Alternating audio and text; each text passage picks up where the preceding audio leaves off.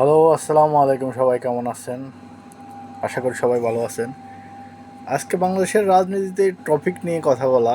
ছাত্ররা নতুন যে উদ্দেশ্যগুলো তারা নিয়ে আসছে, তাদের মধ্যে কোনো নৈতিকতা নেই, তাদের নিজস্ব কোনো এজেন্ডা নেই। তারা কিসের রাজনীতি করতে এসেছে আমি বুঝি না।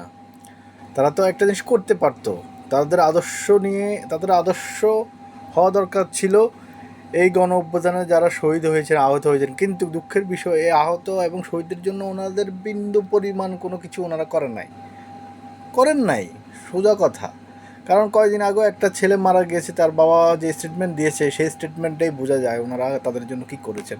এবং আহতরা অনেকবার রাস্তায় নেমেছেন, অথচ এই আহতদেরকে পুঁজি করে, এদেরকে ব্যবহার করে ওনারা কোটি কোটি টাকার মালিক হয়েছেন। ওনাদের এখন বলতে গেলে ওনাদের গায়ে গত্র হয়, জ্বালা হয়, কিন্তু আসলে এটাই বাস্তব। ওনারা প্রাডু, পাজারু এগুলা ছাড়া এখন কোথাও যায় না। এগুলো কোত্থেকে এসেছে, এই টাকা কোত্থেকে আসছে?